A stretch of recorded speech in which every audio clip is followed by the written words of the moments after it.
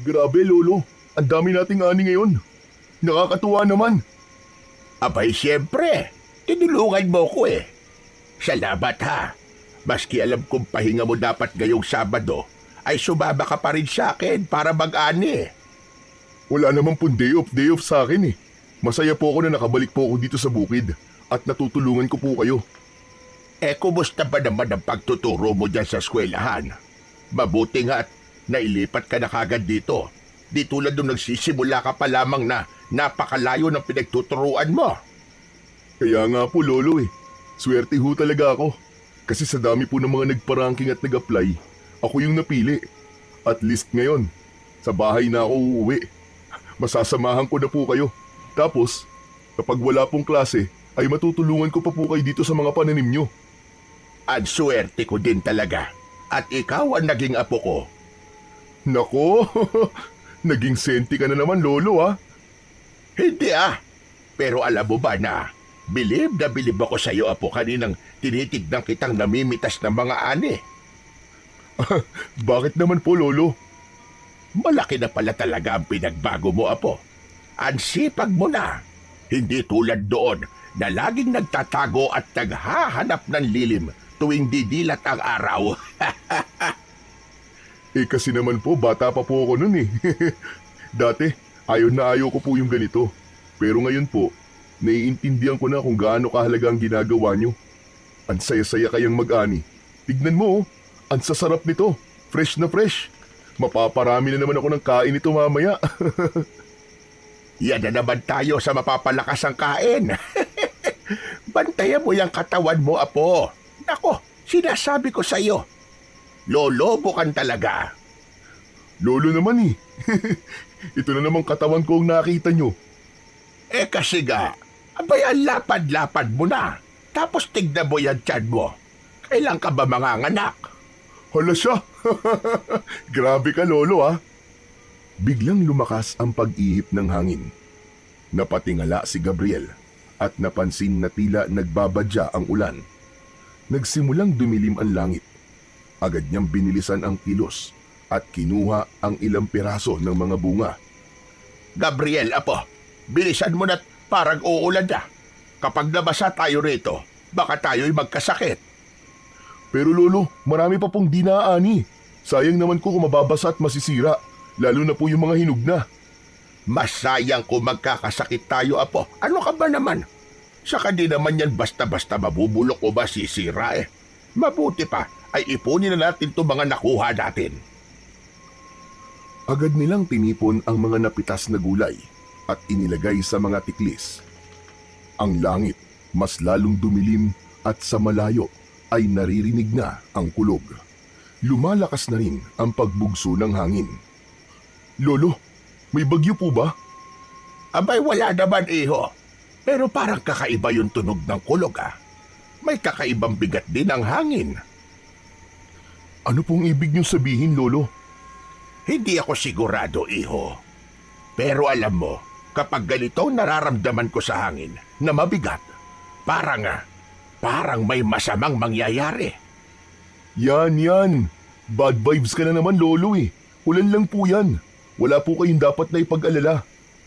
Ke meron o wala, ibig ko lang naman sabihin ay halika na at baka abutan tayo ng malakas na ulan. Agad na sinimulan nilang maglolo na buhatin ng isa-isa ang bawat tiklis kung saan nakalagay ang kanilang mga inaning gulay. Isinakay nila ito sa kariton. Saglit na napatigil ang binata nang makita niyang hindi pa rin talaga magpapatalo ang kanyang lolo sa palakasan ng resistensya at pangangatawan. Dahil sa kabila ng edad nitong 75 taon, ay kayang-kaya pa rin niya ang mga gawain sa bukid. Si Lolo Andres ay bihasang magsasaka at ang pangunahing kabuhayan niya mula noon pang kabataan niya ay ang pagbubungkal at pagtatanim ng mga gulay sa kanyang bukid. Kung ang mga matatanda sa kanilang baryo ay nagsipagretiro na, siya ay hindi pa rin nakukupasan ng lakas at kasanayan niya sa pagsasaka. Masipag, matyaga at hindi pa rin siya madaling mapagod. Halos hindi nga nito indahin ang init ng araw. Kumbaga nga, ay malakas pa ito sa kalabaw. Bukod sa pagiging magsasaka, kilala rin siya bilang isang albularyo sa kanilang baryo. Pinaniniwalaan ng mga tao na siya ay may taglay na mutya o ng agimat na siyang nagbibigay sa kanya ng kakaibang sigla at proteksyon laban sa anumang klase ng sakit.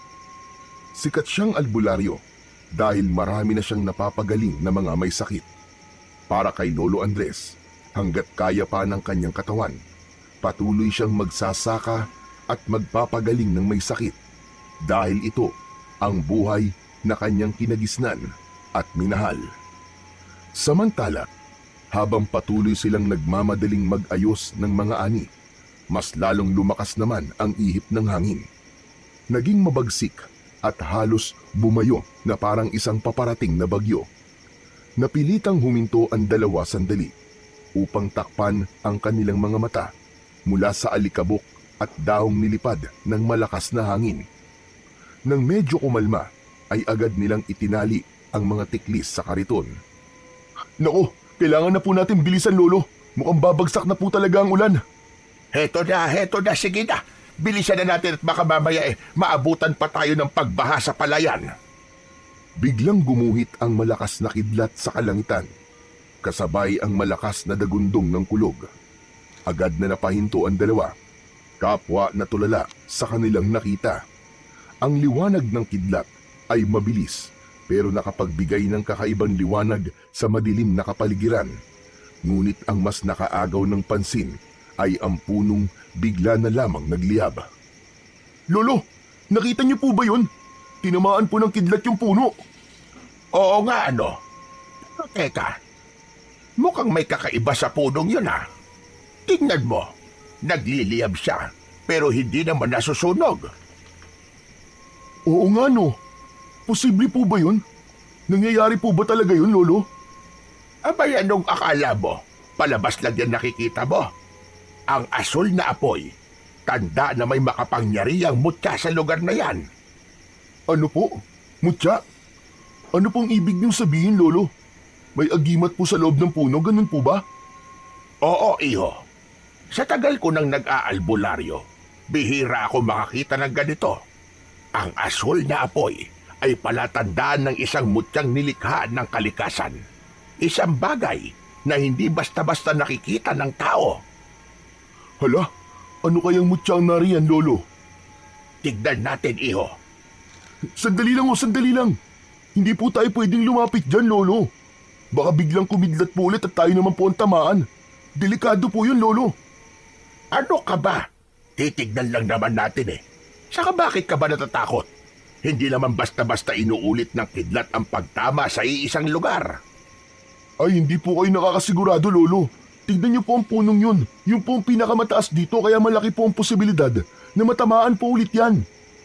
Maniwala ka sa akin, Gabriel. Hindi na yan uulit. Ang kulit mo naman Tara na, tignan natin at baka nga totoo ang kutob kong pinagkalooban tayo ng mutya. Lolo naman ang dami-dami mo na nga mutya Tapos, di mo naman nagagamit lahat ng yun. Sinong may sabi sa iyong hindi ko nagagamit? Tsaka hindi pa naman natin sigurado kung para sa akin ngayon. Baka sa iyo yon, iho. Lolo, mabuti pa po siguro umuwi na tayo. Baka mamaya po hindi lang kidlat at kulog ang itodo niyan. Mamaya ulan na. Maswerte nga po tayo at di pa bumubuhos ang ulan. Papatak-patak pa lang. Hindi ka ba naniniwalang may mutya sa puno? Lolo naman Sinasabi ko na nga ba Alam mo, may mga mutya talaga na isinisilang mula sa iba't ibang elemento. Meron sa tubig, lupa, hangin at apoy. Ang yang nandyan sa puno na yan, sigurado ko na yan ang mutya ng buntot ng kidlat. Ano ho? Buntot ng kidlat? Huwag nating sayangin kasi yan ang isa sa pinakamakapangyarihang uri ng mutya na kayang pumatay ng kahit na anong klase ng nilalang mula sa dilim.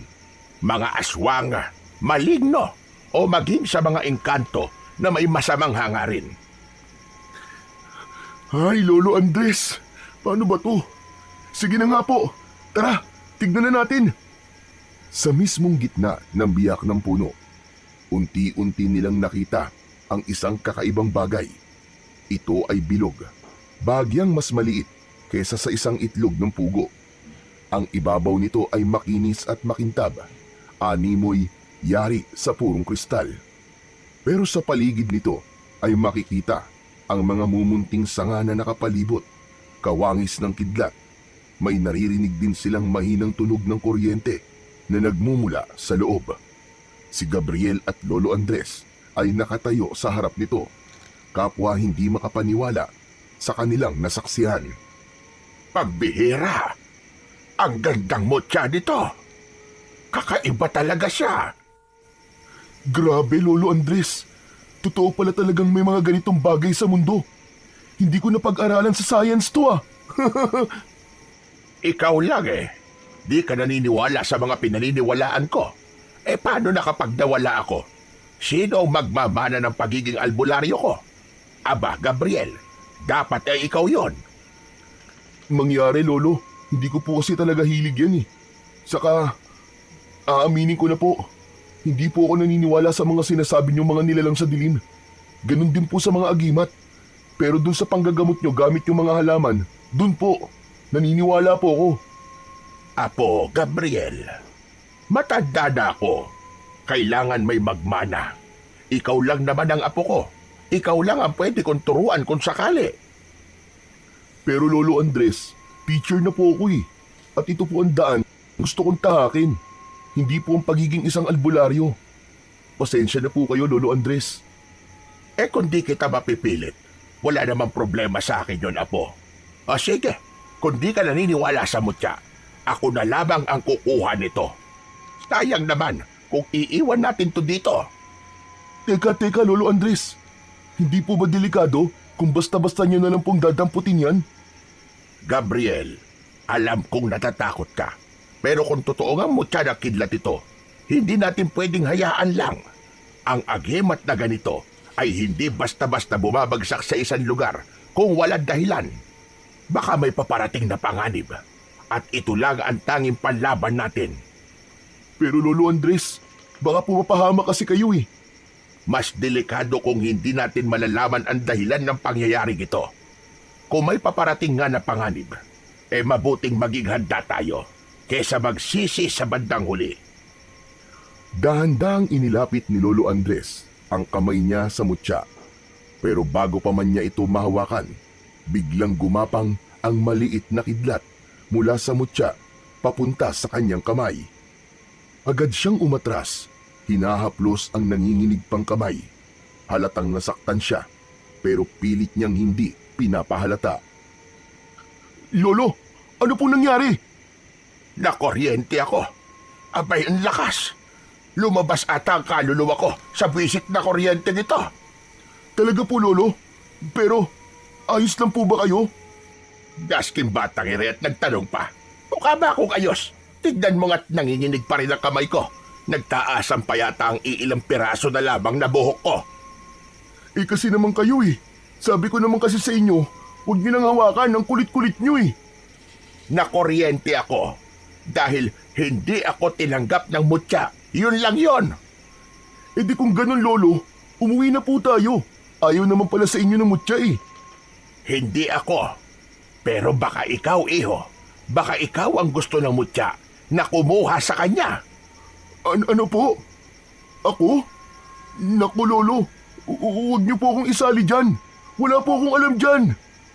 Subukan mo lang, Gabriel. Ang mutya mismo ang pipili kung sino ang karapat-dapat na kumuha sa kanya. Kasi po, ang totoo po niyan, takot po ako sa kuryente. Ano ka mo? Takot ka sa kuryente? Opo, di ba nga nagka-trauma po ako nung bata po ako? Nung isuot ko po yung kamay ko sa sakit, nakasaksak pala. Simula nun, ayoko nang dumikit sa kahit na anong may kinalaman po sa kuryente. Abay, napapanahon na siguro para harapin mo ang takot mo, Gabriel. Walang mangyayari sa'yo. Ang mutyang yan ay isang biyaya. At kung ikaw ang pinili nito, hindi mo pwedeng takasan ang tadhana mo. Pero lolo, paano po kung makuryente po ako uli? Eh di malalaman natin kung talagang tinatanggap ka ng mutya o hindi. Lolo naman eh. Pwedeng pag-isipan ko muna to. Walang oras para mag-isip, apo. Ang mutya ay hindi maghihintay magpakailanman. Tahimik na napatingin si Gabriel sa kumikislap na mutya. Ramdam niya ang kaba sa dibdib. Kaya naman, pikit mata na lamang niya itong dinampot. Wala siyang naramdamang kuryente ng sandaling mahawakan niya ito.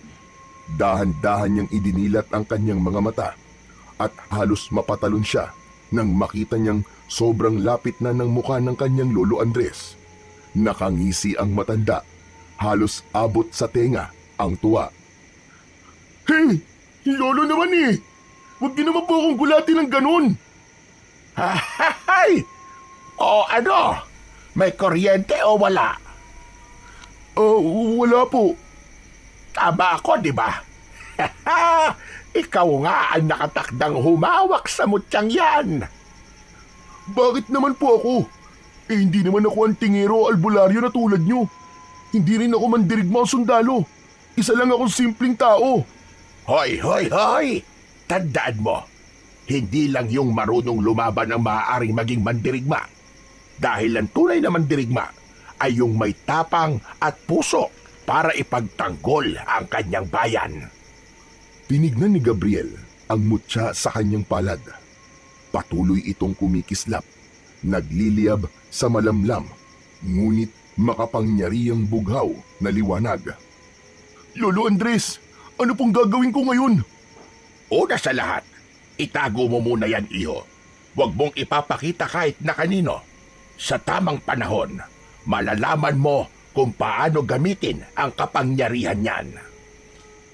Matapos ang kakaibang pangyayari na naganap sa gitna ng bukid, nagdesisyon na ang maglolo na umuwi na.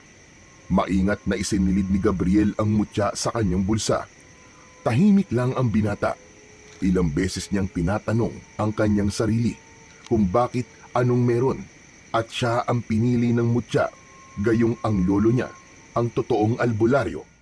At sa palagay ng lolo niya na siya ang karapat-dapat na magbayari ng mutya. Si Gabriel ay isang guro sa elementarya sa kanilang baryo. Simula pa lang ay malinaw na sa kanya ang landas na nais niyang tahakin, ang magturo, magbigay ng kaalaman at tumulong sa paghubog ng mga kabataan. Bata pa lang siya, nakita na niya kung paanong ginagamot ng kanyang lolo Andres ang mga may sakit sa kanilang baryo. Maraming humahanga sa kakayahan ng matanda, ngunit may ilan ding hindi naniniwala at tinatawag siyang matandang baliw. Lumaki siya na saksi sa hirap at naging sakripisyo ng kanyang lolo. Yung tipong halos wala na itong pahinga. Ginagawa ang kanyang responsibilidad nang walang pinipiling oras, araw man o gabi, at hindi rin ito naniningil. Dahil dito, pinili niyang lumayo sa landas na ito. Mas ginusto niya ang mag-aral at makatapos bilang isang teacher. Isang propesyong mas may malinaw na sakop at hangganan. Ang pagtuturo ay may mga estratehiyang sinusunod, may mga libro at may kasagutan ang lahat ng bagay. Samantalang sa mga albularyo, puro misteryo, kababalaghan, paniniwala at responsibilidad na walang katapusan na hindi talaga niya kayang akuin. Pero ngayong hawak niya ang mutya, tila unti-unting gumuguho ang itinakda niyang direksyon sa kanyang buhay. Sa tabi niya, si Lolo Andres ay tahimik lamang na nakangiti at panay ang tingin sa kanyang apo. Samantala, habang pauwi ang maglolo, madadaanan nila ang isang makitid at madamong daanan. Dahil papagabi na, tahimik na ang paligid sa lugar na yon. Wala ning isang huni ng kuliglig o ng mga ibon. Paglingon ni Gabriel, nakita niya ang kinatatakutang lumang kubo sa kanilang baryo. Giba-giba na ang bubong nito. Parang tinangay na ng bagyo ang kalahati. Ang mga dingding ay puno na ng mga umaakyat na baging at lumot. May mga tuyong dahon, buto ng hayop, at mga basag na bote sa paligid. Napahinto ang kalabaw na humihila sa kanilang kariton. Lolo Andres, tignan niyo po oh. Yan ang bahay ni Tandang Silva. Napalunok si Gabriel. Alam niya ang pangalang yon. Si Tandang Silva, ang kilalang mabangis na mangkukulam. Marami ng kwento ang kumakalat tungkol sa kanya. May mga nawawalang bata na huling nakita malapit sa kanyang kubo. May mga magsasakaring nagsasabing madalas silang makarinig ng mga nakakakilabot na ritual at minsan pa nga ay nakakakita pa sila ng tila isang anino na nakalutang sa lupa, parang bantay sa nasabing bahay. Isang matandang lalaki raw ang madalas makita roon. Payat, kuba at may mahahabang daliri na tila laging may hinahagilap sa dilim. Kapag dumaan ka sa kanyang kubo pagsapit ng dapit hapon, mararamdaman mong may matang nakatitig sa iyo mula sa bitak-bitak na dingding nito. May mga nagsasabi rin na ang sino man daw na magtagal sa paligid ng bahay ay makakarinig ng bulong, mga salitang hindi nila maintindihan pero sapat na upang tumayo ang kanilang balahibo. May ilang sumubok na sumilip sa loob ng kubo pero wala ni isa sa kanila ang nakapagbigay ng malinaw na paglalarawan kung ano ang nakita nila sa loob nun. Isa sa kanila ang natagpo ang nanginginig sa takot kinabukasan. Hindi nagsalita kahit kailan. Ang ilan na may basta na lamang naglaho. Siniko na siya ni Lolo Andres. Bilisan na natin! Huwag kang lilingon! Sa halip na sumunod, muling napatingin si Gabriel sa kubo. Hindi niya alam kung imahinasyon lang niya, pero may mga matang nakasilip sa butas ng dingding. Mabilis siyang napalingon sa kanyang lolo. Lolo Andres, may nakatingin po sa atin. Alam ko yon, iho. Huwag mo nang pansinin. Muling naglakad ang kalabaw at kasabay nito, naramdaman ni Gabriel ang malamig na simoy ng hangin na tila bumalot sa kanyang katawan. Ngunit habang unti-unti silang lumalayo, biglang bumukas ang bintana ng kubo nang walang anumang dahilan. Sa sandaling yun, isang nakapangingilabot na boses ang narinig nila mula sa loob. Malalim, basag at tila nagmumula sa kailaliman ng lupa. Loy Kalag, huwag ka magpapakita ng takot. Elo, sino po ba kasi yun? Di ba, matagal naman nang walang matanda dyan? Totoo ba yung mga sabi-sabi tungkol po sa bahay na yan? Tumahimik ka, huwag kang maingay. Andres! Napahinto si Gabriel. Para siyang nabuhusan ng malamig na tubig dahil sa narinig. Malinaw yun. Parang may tumatawag sa pangalan ng kanyang lolo. Mabilis siyang napalingon sa kubo. Ngunit wala naman siyang makitang tao. Wala maski anong galaw sa loob. Wala ring anino o bakas ng kung sino mang naroon. Nagpatuloy sila sa paglalakad. Pilit niyang kinalma ang kanyang sarili. Pero sa huli niyang paglingon doon, nakita niya ang isang matanda. Nakatayo ito sa may bakuran. May hawak na tungkod. Gulo-gulo ang kanyang mahabang buhok na kulay puti. Ang kanyang balat ay kulubot at maitim. Parang tuyong kahoy na unti-unting nalilipasan ng panahon. Ngunit ang mas nakakakilabot sa lahat ay ang kanyang mga mata. Hindi matukoy ng binata kung dilat ba ito o nakapikit. Pero alam niyang nakatingin yon ng direkta sa kanya. Maya-maya pa ay nakita niyang bumuka ang bibig nito at umusal ng isang dasal. Bigla niyang naramdaman ang paghila sa kanyang braso. Tumingin ka sa daan, iho. Huwag ka nang lumingon dyan sa likod. Lolo, siya po ba si Tandang Silva? Hindi agad sumagot ang matanda. Ilang saglit nang tuluyang makalayo sila matapos ang ilang metro. Doon lamang siya nagsalita. Hindi ko alam na nakabalik na pala siya. Masama ito, iho. Pero lolo, siya po ba talaga yun? Si Tandang Silva? Oo, siya nga. At hindi mo dapat basta-basta binabanggit ang kanyang pangalan. Lalo na kung nandyan lang siya sa paligid. Pero, Bakit niya po kayo tinatawag? Parang meron po siyang gustong sabihin sa inyo. Dahil ako na lang ang natitira. Ano po? Kayo na lang ang natitira? Ano pong ibig niyong sabihin? Matagal lang may hidwaan sa pagitan namin. Noon pa man, isa na siyang makapangyarihan at kinatatakutang mangkukulam. May grupo ng mga albularyo noon na nagbabantay upang hindi siya makagawa ng gulo o makapaminsala. Ano po, Lolo Andres? Isang grupo? Ibig sabihin, marami po kayong albularyo na kumakalaban sa kanya noon? Tama ka, Gabriel. Hindi lang ako. 7 albularyo ang nagtipon noon upang tapusin ang kanyang kasamaan. Ako ang pinakabata sa kanila. Kung ganun, Lolo, ano po nangyari sa kanila? Isa-isa silang nawala. May biglang nagkasakit ng walang dahilan. Ang iba, nawala sa sariling katinuan. Tulala at hindi na muling nakabalik sa kanilang dating sarili. Pero ang pinakamatindi, may isa sa amin na bigla na lamang naglaho. Parang bula. Wala ni anino. Wala ni bakas kung nasan siya dinala. Ako na lang, Apo. Ako na lang ang natira sa 7 albularyo. Iniisip niyo po bang siya ang may kagagawan sa pagkawala ng mga kasama niyo, Lolo Andres? Sino pa nga bang may kapangyarihang gawin yon sa kanila? Eh di siya lamang, si Tandang Silva. Pero paano niyo po napatunayan na siya nga po ang may sala? Gabriel, ang matandang yon ay delikadong tao. Hindi siya basta-basta. Maniwala ka sa akin. Hindi mo gugustuhin mapansin ka niya. Kung totoo po ang sinasabi niyo, bakit po siya bumalik? Magiganti ba siya sa inyo?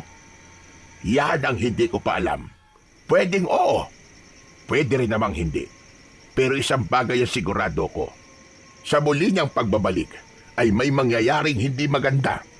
Manganganib ulit ang mga tao. Kaya, Apo, humanda ka. Ho? Bakit naman po ako maghahanda? Ano naman pong kinalaman ko rito?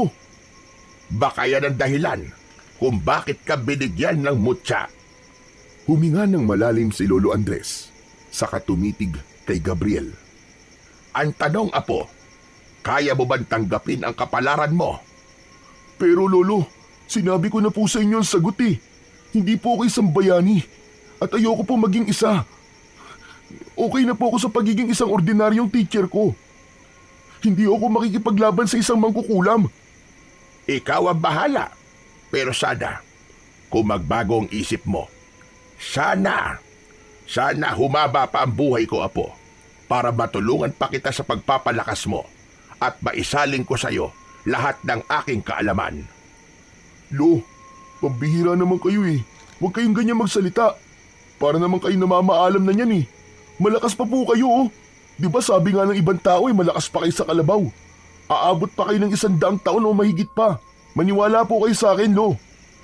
Hindi natin masasabi yan, Iho. Lalo't nagbalik na siya. Alam ko ang sadya niya. May binabalak siyang hindi maganda at hindi ko alam kung anong klaseng kasamaan ang dala niya ngayon. Hindi ko talaga alam. Lolo, huwag na po nating isipin yan. Hindi pwede, Gabriel. Kailangan nating maghanda. Samantala, sa loob ng munting kubo ni Tandang Silva, isang kakaibang mitwal ang isinasagawa ng matanda.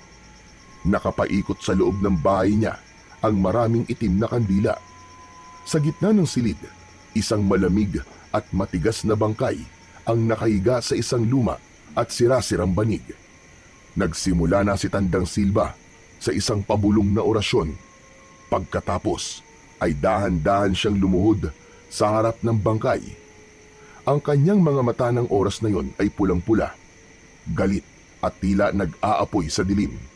Nang simulan niya ang pagdarasal, biglang nagbago ang kanyang anyo. Nangitim ang kanyang balat, kasing kulay ng suot niyang itim na damit. Ang kanyang buhok ay naging puti lahat.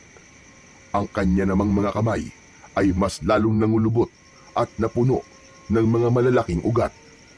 Nang matapos ang kanyang pagbabagong anyo, dahan-dahan niyang hinaplos ang bangkay habang patuloy pa rin siya sa kanyang orasyon.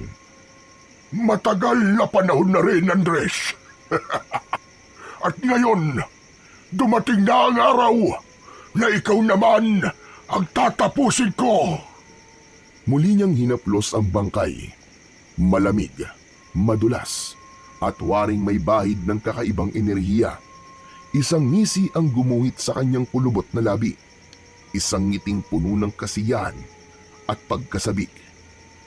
Dahan-dahan siyang yumuko. Inilapit ang kanyang muka sa walang buhay na katawan. Nakiramdam siya. Tahimik na nakinig. Naghihintay. Ilang saglit pa. Tila may marahang paggalaw sa dibdib ng bangkay. Bahagyang umangat ang dibdib nito. Napakagatlabi si Tandang Silba. Pinigil ang isang hagikgik. Mabuti! Napakabuti! Tumawa ng malakas. Natuwa siya sa kanyang tagumpay. Muli, isa na namang patay ang babangon. Isa na namang kaluluwa ang kanyang hawak. Bumangon ka!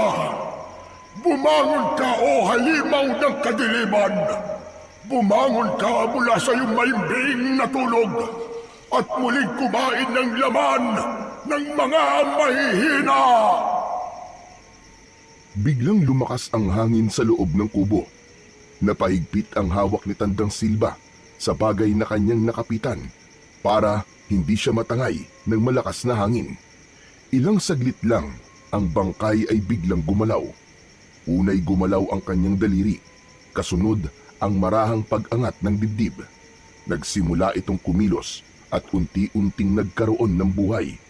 Parang isang bagong nilalang na hinugot mula sa impyerno. Sa tuwa ng matanda, muli niyang itinaas ang kanyang mga kamay at mas matinding orasyon ang kanyang binigkas. Sige! Bumangon ka! Isa kang dungganon!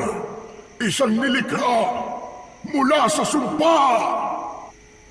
Ang nilalang na kanyang nilikha mula sa itim na mahika ay isang aswang na dungganon, isang klase ng halimaw na di tinatablan ng dasal, hindi nasasaktan sa anting-anting o sa kahit na ano pang mga agimat.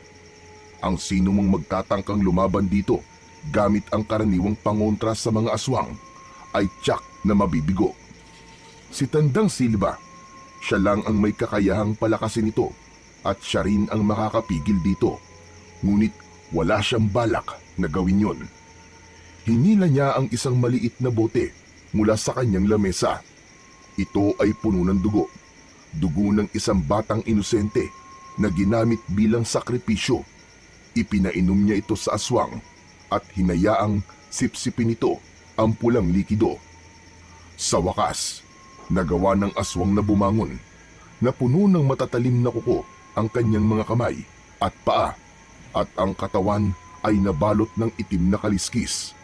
Nakabuka ang kanyang bibig at lumabas ang dila na mahaba at matalim. Ang katawan nito'y mahaba at matipuno. May malapaniki itong pakpak. Napahiyaw ang halimaw at lumikha ng isang nakapangingilabot na tunog, at pagkatapos ay lumipad palayo ang bagong likhang dungganon. Namatay ang mga kandila sa loob ng kubo. Nabalot ng dilim. Ngumiti ang matanda. Sa wakas, magagawa ko ng lahat ng gusto ko sa baryong ito. Humanda kayong lahat. Lalo ka na, Andres. Lalo ka na. At sa pagkakataong ito, ako ang mananalo. Sa labas ng kanyang kubo, muling namuo ang maitim na ulap. Tinakpan nito ang buwan. Parang muling nagbabadya ang napakalakas na ulan. Samantala, sa loob naman ng bahay ng maglolo, hindi mapakali ang matanda. Paulit-ulit siyang tumatanaw sa bintana. Naramdaman niya ang kakaibang haplos ng hangin. Mainit yon at mabigat. Lolo, bakit parang kinakabahan po yata kayo? Gabriel, nararamdaman ko may masamang nilalang na bumangon ngayong gabi. Ano po? Ano pong bumangon? Hindi ko alam. Hindi ko alam kung ano. Pero ibinubulong sa akin ang kalikasan na may halimaw sa paligid. Halika, madali ka. Isara natin ang mga bintana at pinto. Masama ang kutob ko.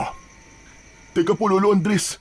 Sa palagay niyo po, may kinalaman po ba dito si Tandang Silva? Hindi ko alam. Pero isang bagay ang sigurado ko. Kailangan kong maghanda. Napabuntong hininga si Lolo Andres. Waring dinadala ng kanyang isip ang bigat ng nakaraan. Hindi basta-bastang halimaw ang nararamdaman ko, Gabriel. Kung ito na nga ang araw na matagal ko nang kinatatakutan. Gabriel, tandaan mo ito. Huwag mong hahayaang matulad ka sa akin. Hindi mo pa naiintindihan. Pero kapag dumating ang oras, huwag kang mag-atubiling lumaban. Tumigil siya sandali. Tila gustong idagdag ang isang bagay, pero piniling manahimik na lang.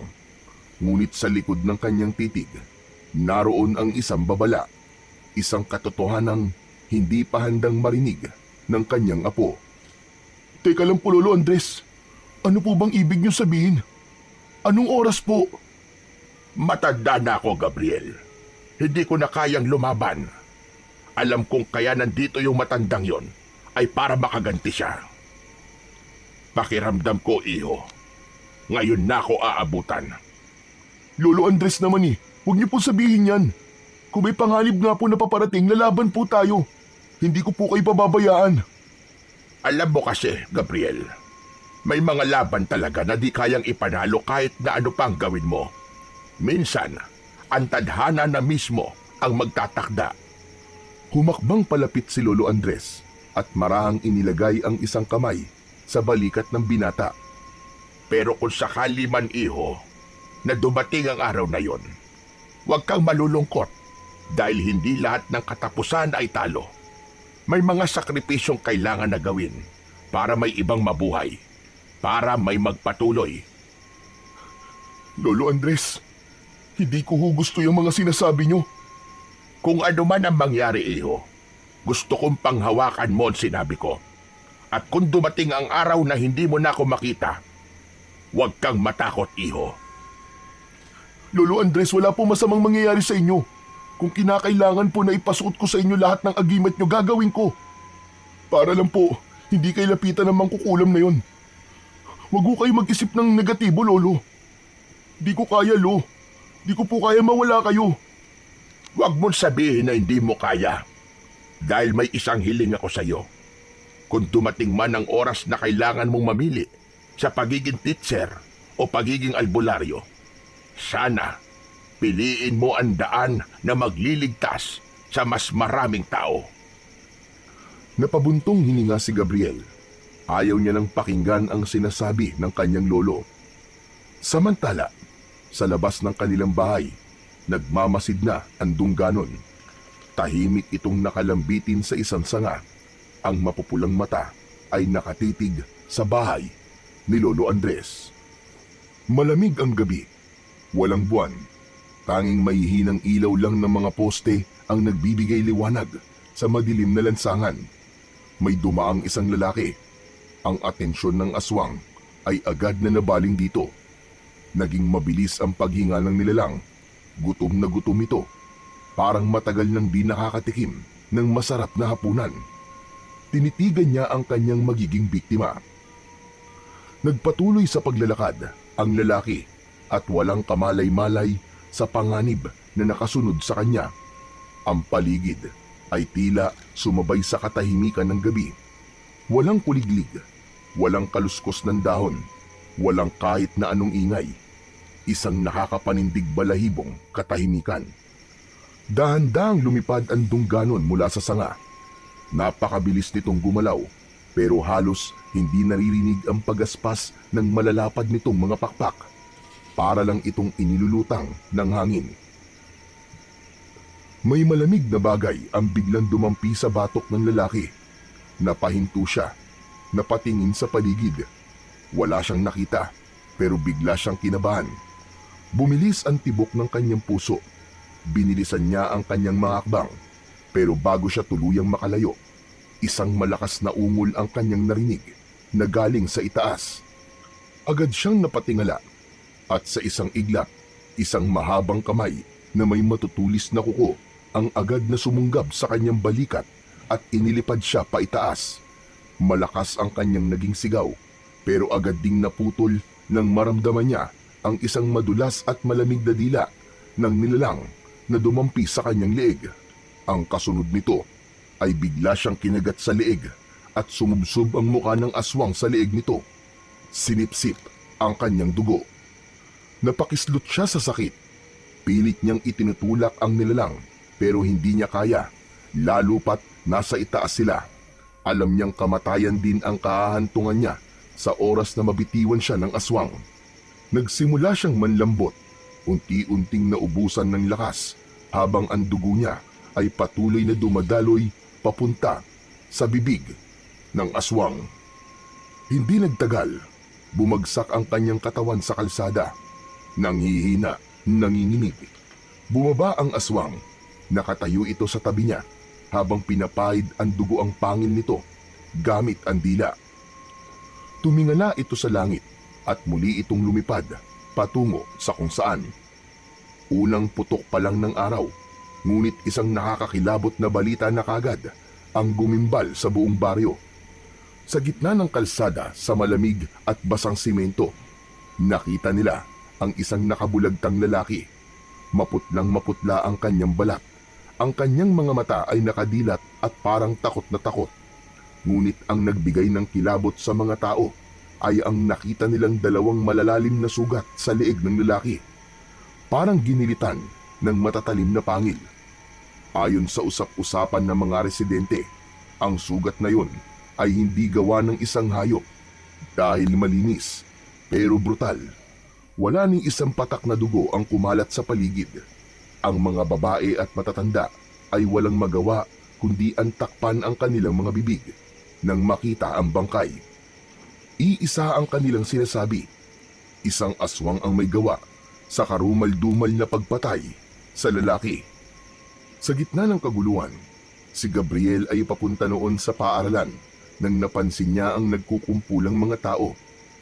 Habang papalapit siya, isang pamilyar na figura ang kanyang nakilala. Si Boy, isang 10 taong gulang na estudyante niya. Nakatayo ito sa harap ng kumpulan, hindi kumikilos, hindi nagsasalita. Nakatingin lang ito sa isang direksyon, tulalang-tulala, nakanganga at hindi maipinta ang muka. Agad siyang lumapit para alamin ang pinagkakaguluhan ng mga tao. Ganun na lamang ang kabang naramdaman niya nang makita ang bangkay na nakahandusay sa kalsada. Napahinto siya at napalunok. Naramdaman niya ang panlalamig ng kanyang kamay pero pinilit niyang kumalma. Luminga-linga siya sa paligid. Kita niya ang takot sa mukha ng mga tao. May iba pang nasuka at hindi nakayanan ang tagpong yun. May iba nang lumalayo at ayaw na nilang tignan ang bangkay. Muling napatingin si Gabriel sa kanyang estudyante. Tahimik pa rin ang bata. Nakatutok lang ang mga mata sa patay. Lumapit siya at maraang hinawakan ito sa balikat. Naramdaman pa niya ang pagkagulat nito at bahagyang panginginig. Marahan niyang hinatak ang bata palayo. "Boy, anong ginagawa mo dito?" Si Kuya Mando po.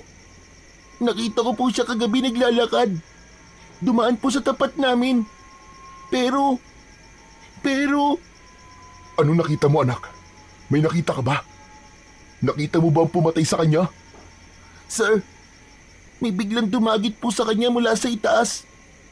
Inilipad po siya tapos bigla na lang po silang nawala. "Sigurado ka ba, boy? Nakita mo ba yung itsura ng dumagit sa kanya?" Hindi ko po nakita ng malinaw, sir. Pero ang laki po niya. May pakpak po. Para po siyang isang malaking ibon. Pero hindi po siya ibon, sir. "Boy, may narinig ka bang tunog? Sigaw o kaya ungol?" Opo, sir. Sumigaw po si Kuya Mando, sobrang lakas po. Pero parang naputol po yung sigaw niya bigla eh. Tapos, narinig ko po yung pagaspas ng pakpak. Ang bilis po, sir. Pagtingin ko po uli, wala na po sila. "Boy, may pinagsabihan ka na ba nito?" Wala pa po. Kayo pa lang po, sir. Natatakot po ako eh. Baka malaman po nila na nakita ko po yung pumatay sa kanya. Baka balikan po ako ng halimaw. Ano ka mo, boy? Halimaw? Totoo po yung sinasabi ng mga tao. Aswang po yung pumatay sa kanya. Huwag kang matakot, boy. Baka naman inaanto ka lang kagabi kaya kung ano-ano nakikita mo. Walang aswang, boy. Hindi sila totoo. Maniwala po kayo sa akin, sir. Totoo po yung nakita ko. Totoong may aswang. Totoong may aswang, sir. Kitang-kita ko po. Boy, makinig kang mabuti. Huwag mo itong ipagsasabi sa kahit na kanino, ha? Sa ngayon, bumalik ka na lang muna sa bahay nyo at huwag na munang lumabas lalo na sa gabi. Naiintindihan mo ba? Opo, sir. Sige na, umuwi ka na. Umuwi na ang bata at ang tanging nagawa ng binata ay sundan ito ng tingin hanggang sa tuluyan ng maglaho sa kanyang paningin. Napabuntong hininga siya. May kung anong bigat sa kanyang dibdib na hindi niya maipaliwanag. Maya-maya pa, sa gitna ng katahimikan, isang pamilyar na tinig ang narinig niya mula sa kanyang likuran. Malamig, bahagyang paos, ngunit hindi maikakailang kilala niya ito. Napako siya sa kinatatayuan. Dahan-dahan siyang lumingon at sa kanyang pagharap, nakita niya ang kanyang lolo Andres. Gabriel! Abay, ano nangyari dito? Dahan-dahan itong lumapit. Kita sa mukha nito ang labis na pag-aalala, maski di pa naman niya nakikita kung ano talaga ang nangyari at kung ano ang pinagkakaguluhan ng kanyang mga kababaryo. Lolo Andres, meron hong patay. Natagpo ang walang dugo, tapos may malalalim po na sugat sa kanyang leeg. Aba, tignan ko nga. Luwag na po. Baka kung ano pa po masabi nyo. Ano ka ba? Tahimik lang ako. Titignan ko lang naman. Sigurado po kayo, Lo, ha? Walang kung ano-anong sasabihin, ha? Ayoko po mas lalo matakot ang mga tao. Nakikiusap po ako sa inyo, Lo. Iwasan po nating lumala ang gulo rito. Oo na. Aba, tinatalakan mo pa ako eh. Sinuri ng matanda ang bangkay sa kalsada, habang ang ibang tao naman ay patuloy sa pag-uusap at bulong-bulungan. Hindi na ako nagtataka. Alam ko nang mangyayari ito. Ano ba, Lo? Sinabi ko na po sa inyo eh. Dahan-dahan lang po ang pagsasalita. Biglang nilingon niya ang apo na noon ay nakakunot ang noo at tila hindi makapaniwala na hindi sinunod ng matanda ang kanilang napag-usapan. Agad na nagtanong ang tao sa matanda kung ano sa tingin niya ang may kagagawan nun. Hindi na malaman ng matanda kung paano tatanggihan ang tanong na yun ng mga tao. Hindi ko alam kung maniniwala kayo sa akin. Pero kahapon nakita ko si Tandang Silva. Nakabalik na siya dito sa atin. Agad na nagpalitan ng pag-aalala ang mukha ng mga taong nakarinig sa sinabi ni Lolo Andres. Ang mga matatanda, silang nakaalam sa kwento ni Tandang Silva, ay halos sabay-sabay na napailing. Mas lalo silang nagkagulo dahil halos lahat ng mga nakakakilala sa matanda ay nakasisiguro nang may kinalaman niya ang matandang mangkukulam na yon sa kaguluhang nangyayari sa kanilang nayon. Lolo, ano ba? Hindi naman tayo sigurado kung yung matanda nga na yun ang may kagagawa nito. Huwag po kagad tayo mambibintang. Saka matanda na po yun. Paano naman niya mapapatay ang taon to? Maniniwala pa ako kung sasabihin yung baka adik ka may gawa nito o isang kriminal. Hindi, apo. Sigurado kung di tao may gawa nito. May nararamdaman akong malakas na puwersa sa paligid. At ngayong may namatay na, sigurado ko na ito na ang simula. Mga kasama, pasensya na po kayo sa lolo ko ha. Huwag na po natin pansinin ang mga sinasabi niya. Baka nag-uulyanin na po eh. Apat siraulo to batang ito. Ginawa mo pa akong ulyanin, damuho ka. Agad na hinila ni Gabriel ang kanyang lolo palayo sa nagkukumpulang mga tao. Ramdam niya ang tensyon sa paligid, ang takot sa bawat bulong ng mga tao. Hindi na siya nagdalawang isip. Kailangan niyang mailayo si Lolo Andres bago pa ito makapagsalita ng kung ano-ano at lalong magdulot ng gulo. Tahimik silang naglakad pa uwi. Kapwa hindi nagsasalita. Ang tanging naririnig ay ang tunog ng kanilang mga yabag sa lupa. Pagdating sa bahay, agad na isinara ni Gabriel ang pinto at inilak yun. Saka humarap sa kanyang lolo. Lo, ano ba naman kayo? Di ba nag-usap na tayo? Pinakiusapan ko na kayo na wag na kayo magsasalita ng kung ano-ano sa harap ng mga tao. Ano namang masama sa sinabi ko? Totoo naman yon.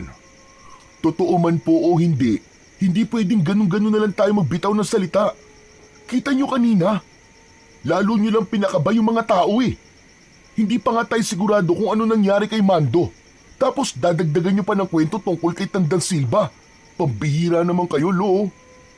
Gabriel, wala ka talagang alam sa mga nangyayari sa baryong ito.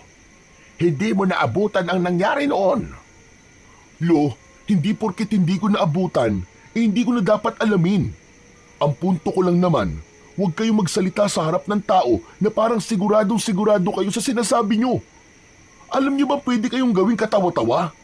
Baka nga sabihin pa nilang nababaliw na kayo eh. Ano kung pagtawanan nila ako? Mas mabuti na yung mag-ingat sila kaysa sa maging kampante tapos isa-isa na lang silang mawawala. Alam kong marami na kayo napagdaanan, Lo. Alam kong may alam kayo sa mga ganitong bagay. Pero hindi tayo pwedeng basta-basta na lang magturo ng kung sino. Paano kung wala naman talagang kinalaman si Tandan Silva? Paano kung nagkataon lang na bumalik siya tapos may namatay? Hindi, Gabriel. Sigurado ako. Siya ang may kagagawan nito. Hindi adik, hindi kriminal. Isinusumpa ko. Totoo lahat ng sinasabi ko. Halimaw ang matandang yon. Pero sa palagay ko po, Lolo Andres, mali po kayo. Ha? Paano mo nasabi? Di ba ang sabi niyo po, isang mangkukulam ang matandang yon. Pero may nakakita kay Mando kagabi. Isang malaking ibon daw po dumagit sa kanya. Palagay nung nakakita, aswang yun na may malaking mga pakpak. Ano ka mo? Isang aswang? Nakapagtataka. Paano nangyari yon? Aswang na si Silva ngayon. Aba, nag-level up ng damuho. Lolo naman eh, seryoso ko. Seryoso din naman ako ah. Sa kapangyarihan niya, posibleng mangyari yon. Baka isinuko na niya ng tuluyan ang buong pagkatao niya at kaluluwa niya sa demonyo. Kung totoo man po sinasabi niyo, ano pong gagawin natin ngayon, Lolo Andres? Kailangan nating malaman kung bakit siya bumalik. Kailangan nating alamin kung sino ang sunod niyang bibiktimahin. Pero Lolo Andres, paano naman po natin gagawin yun? Paano po natin malalaman? Ikaw, Gabriel.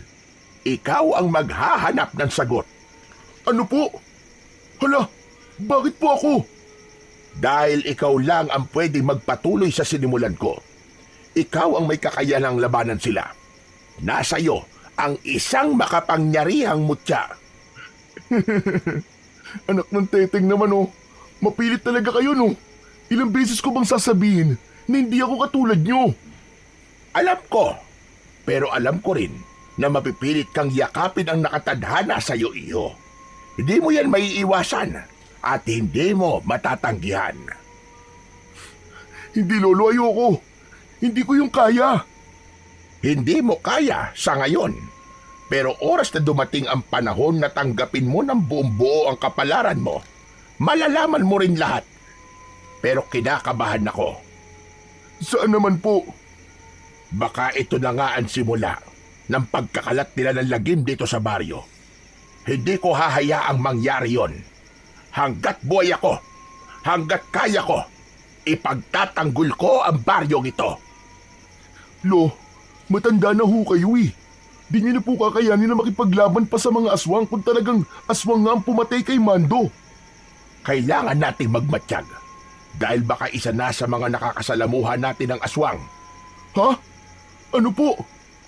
Ano pong ibig niyo sabihin? Ang mga aswang, iho, kaya nilang magbalat kayo. Kaya nilang magpanggap na isang ordinaryong tao at makihalubilo.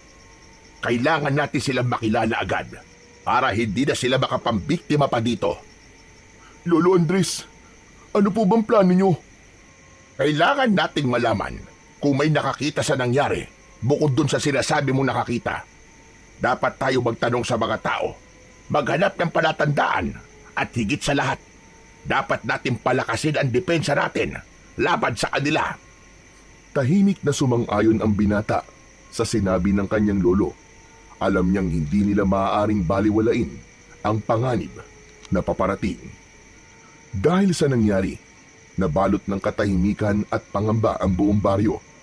Hapon pa lamang ay nagsisibalik na sa kanilang mga tahanan ang mga tao. Wala nang batang naglalaro sa lansangan, ni isang dumudungaw man lamang sa kanilang bintana.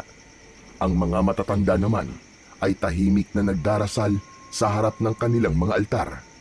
Tangan ang mga rosaryo habang nanginginig ang kanilang mga kamay. Sa tapat ng tindahan na dati puno ng tawanan at ingay ng nag-iinuman, ngayon wala ni isang anino ng tao.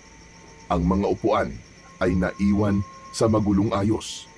Tanda ng pagmamadali ng may-ari na makapasok kagad sa loob ng bahay. Samantala, abala naman ang iba sa paghahanda ng mga pangontra. Naglalagay sila ng mga bawang sa bawat sulok ng kanilang bahay, sa mga bintana, pintuan, at maging sa ilalim ng kama ng kanilang mga anak.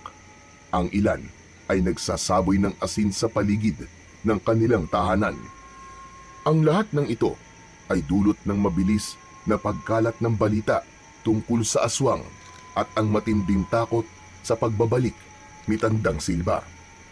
Lalo pang lumala ang pangamba nila nang isang magsasaka ang nagpatunay na may nakita siyang kakaibang nilalang na gumagala sa kanilang bukid.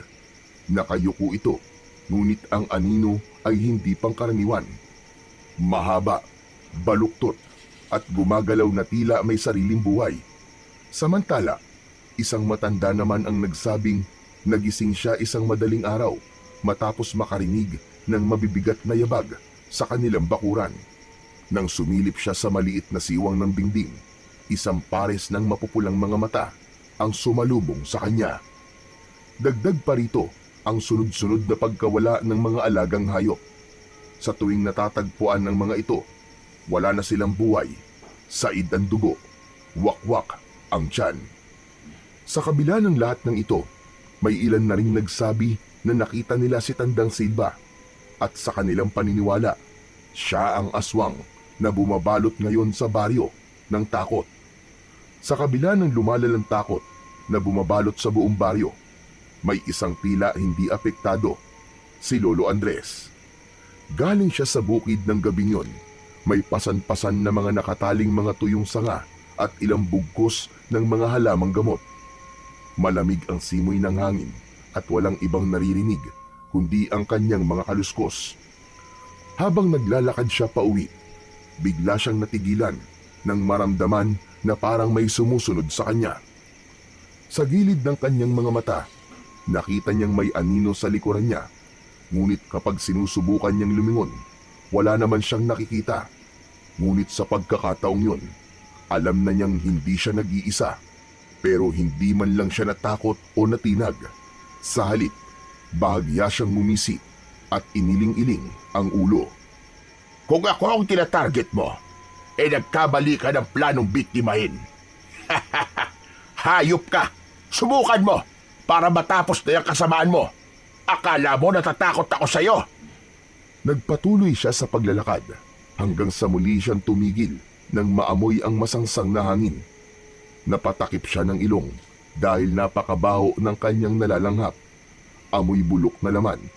Hindi siya nagpakita ng takot. Bagkus ay tumikim siya at dahang-dahang ibinaba ang pasan niyang mga kahoy sa lupa. Lumabas ka na! Kung gusto mo lumapit, lumapit ka na!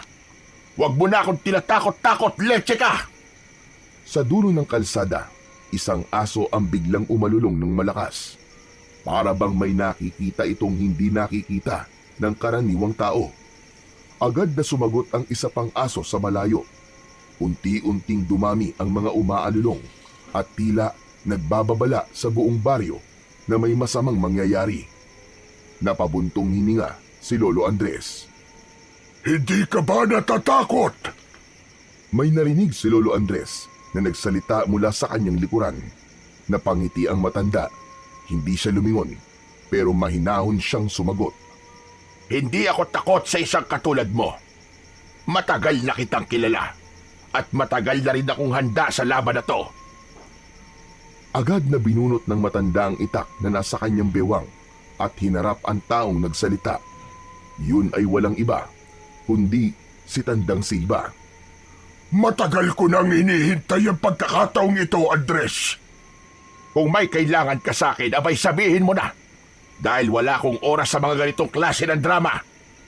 Huwag kang magmadali. Ang tagal nating hindi nagkita. Bakit hindi mo na tayo magkamustahan? Akala ko ay hindi ka na babalik. At bakit naman hindi? Hindi pa tapos ang misyon ko. Ikaw na lang, Andres. Ikaw na lang. Ikaw na lang ang natitirang antingero. At panahon na para kunin ko ang nararapat na sa akin. Ano pinagsasasabi mo, matanda ka? Ang baryong ito, matagal na dapat nasa ilalim ng kapangyarihan ko. Hindi pa ba sapat ang lahat ng buhay na kinuha mo? At marami pa ang susunod, Andres. Hindi mo na ako mapipigilan. Hindi na tulad ng dati. Matanda ka na. Mahina. Wala ka ng kalaban-laban sa akin. Tahimik sa loob ng ilang segundo. Tapos biglang tumawa ng malakas si Lolo Andres. Malalim, puno ng pangungutya. Sandali lang.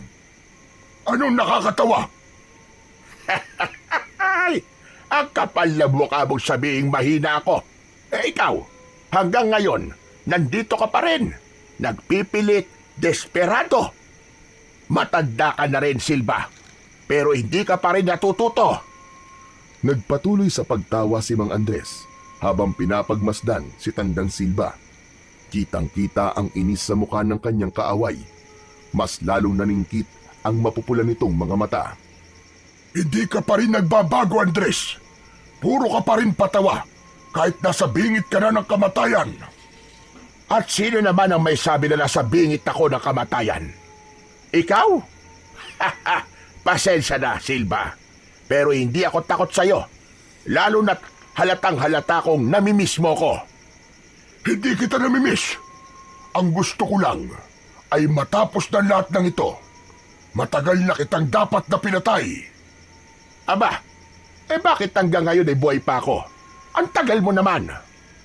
Tama na ang satsat. Wala ka ng ligtas, Andres. Sisiguraduhin ko ngayong gabi ay mamamatay ka.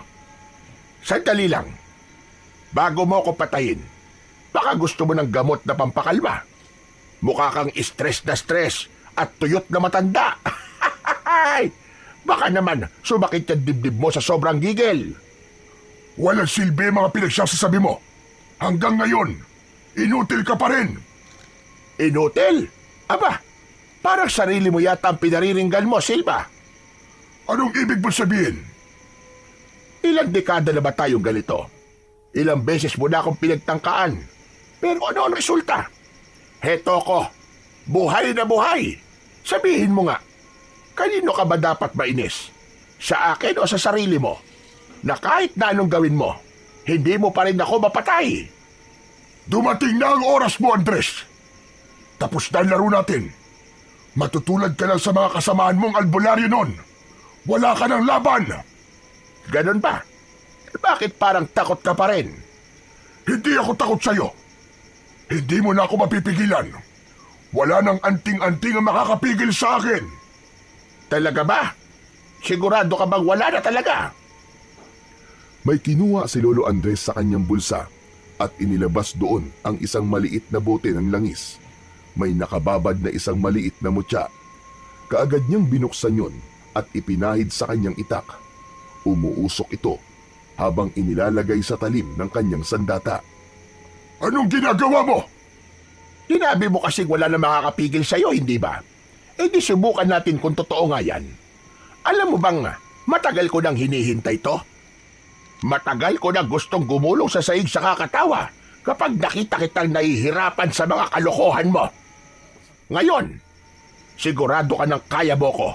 Di subukan mo. Hindi nag-aksaya ng oras si Lolo Andres. Sa isang iglap, sumugod siya kay Tandang Silva. Tangan lahat ng natitira niyang lakas. Ngunit bago pa man siya makalapit, isang nakakakilabot na nilalang ang biglang bumagsak mula sa itaas. Malaki, maitim, at may malalapad na pakpak na parang isang dambuhalang paniki. Napaatras si Lolo Andres. Ramdam ang matinding puwersa sa bagong dating na kalaban. Nawalan siya ng balanse at sa isang iglap, napaupo siya sa lupa. Naramdaman niya ang kirot sa kanyang likod pero hindi niya to ininda.